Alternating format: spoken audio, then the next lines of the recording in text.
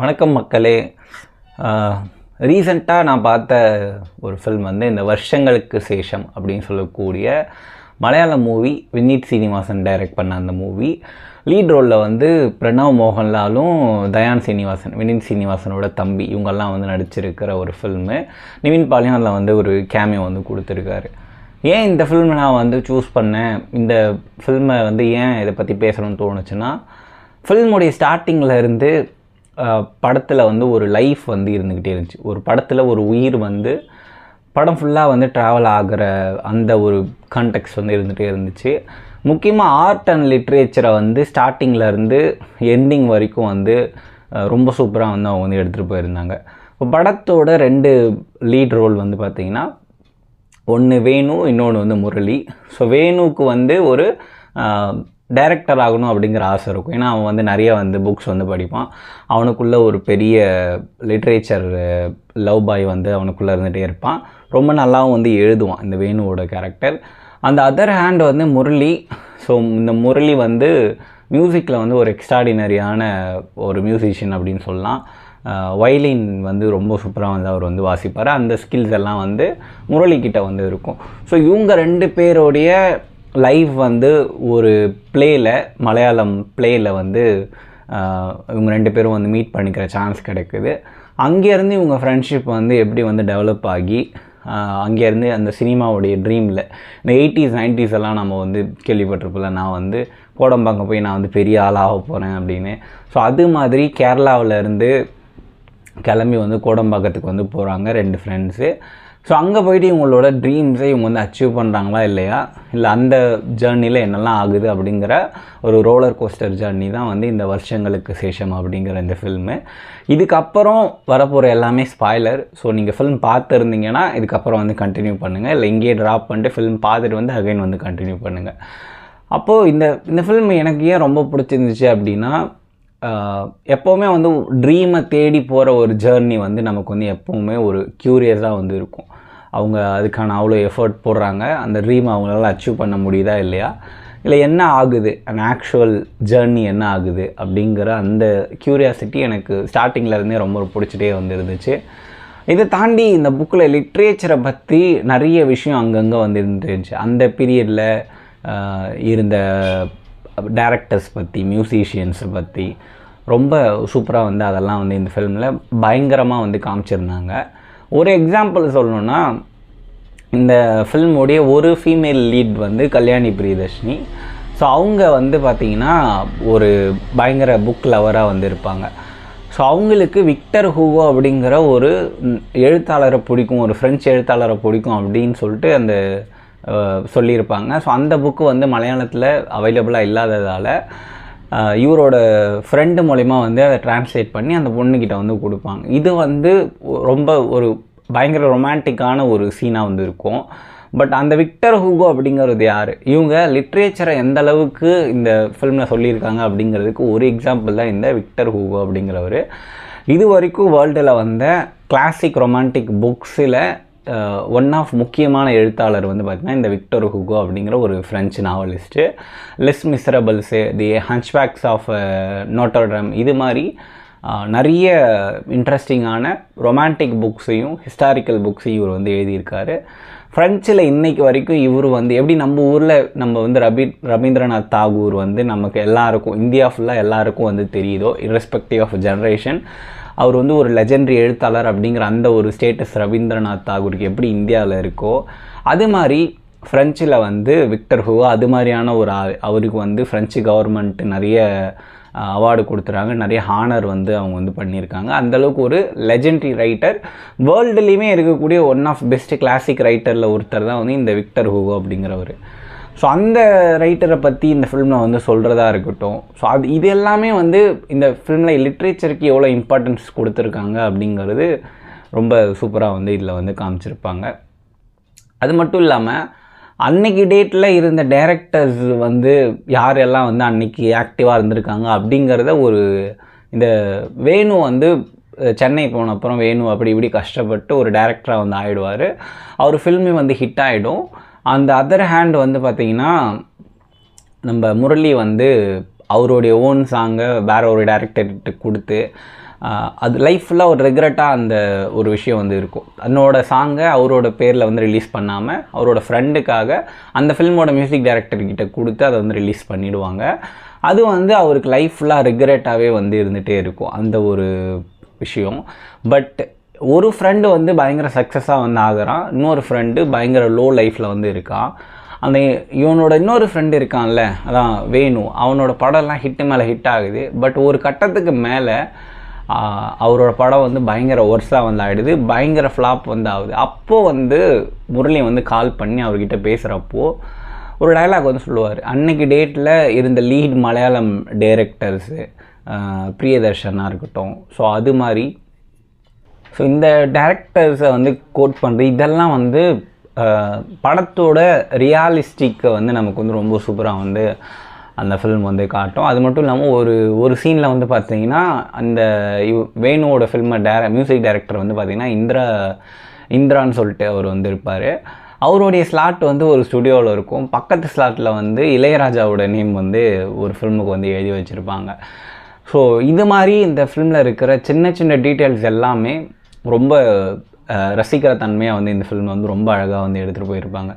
இப்போ back to story வரப்போ வேணு வந்து ஒரு பக்கம் ஒரு பயங்கர ஹிட்டான டைரக்டர் ஆகி அங்கேருந்து ஒரு டவுன்ஃபால் வந்து அவருக்கு வந்து நடக்குது. அந்த அதர் ஹேண்ட் வந்து முரளி ஸ்டார்டிங்லேருந்தே லோ லைஃப்பில் மட்டும்தான் வந்து இருந்துகிட்டே இருக்கார்.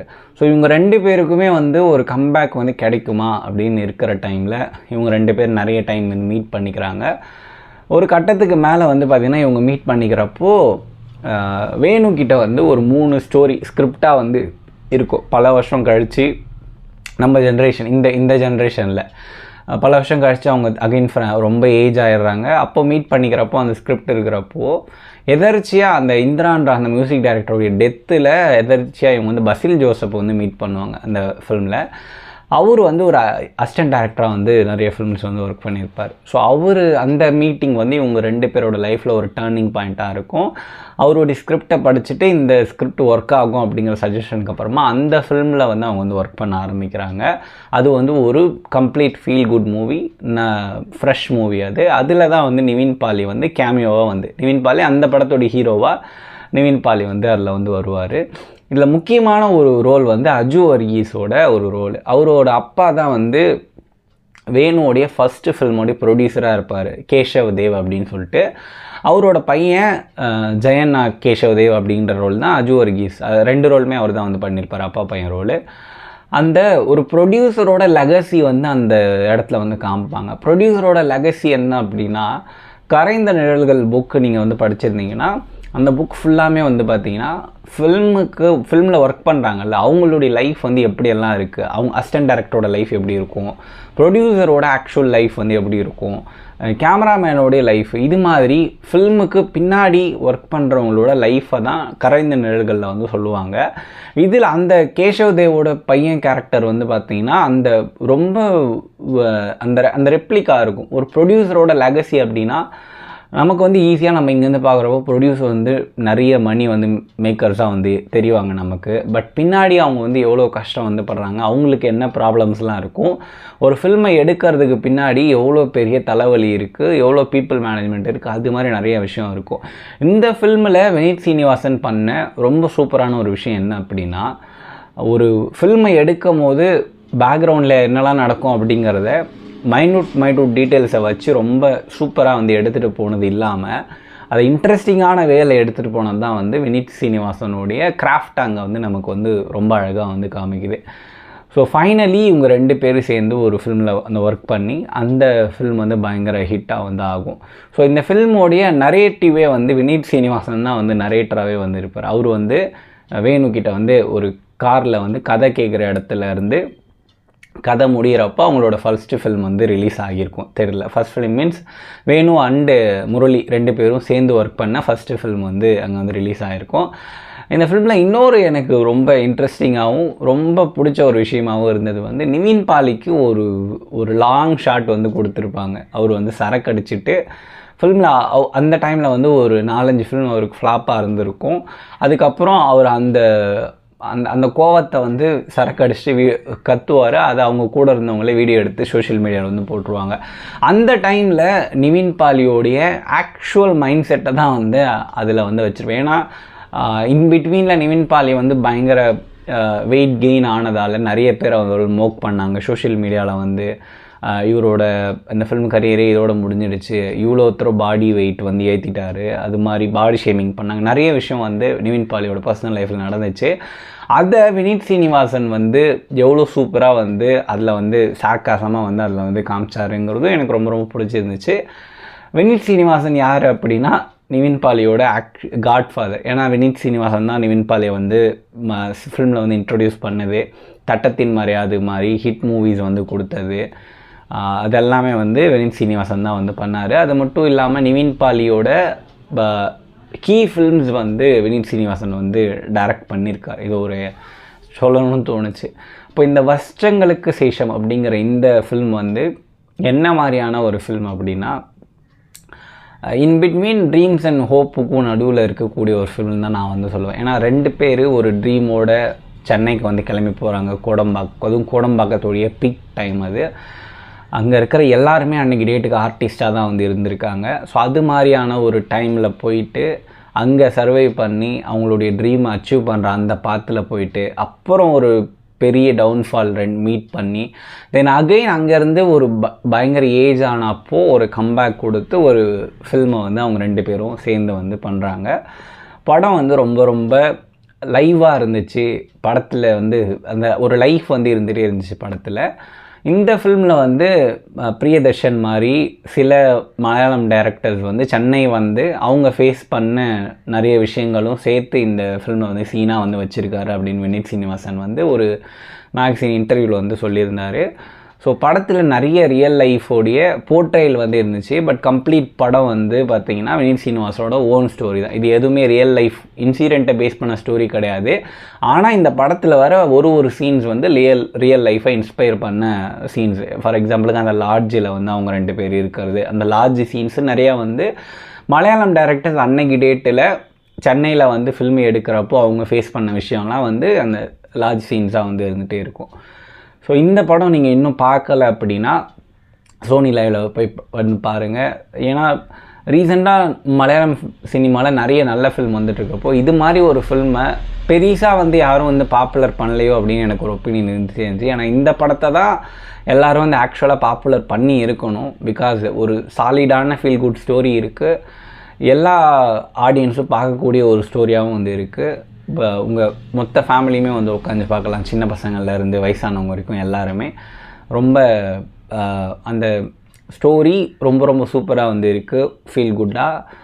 ஸோ இந்த ஃபில்ம் வந்து போயிட்டு பாருங்கள், சோனி லைவில் இருக்குது. பார்த்துட்டு உங்களுடைய பர்சனல் ஃபீட்பேக் என்ன அப்படிங்கிறதையும் கமெண்ட்டில் வந்து சொல்லுங்கள். வேறு ஒரு வீடியோவில் நம்ம வந்து சந்திக்கலாம்.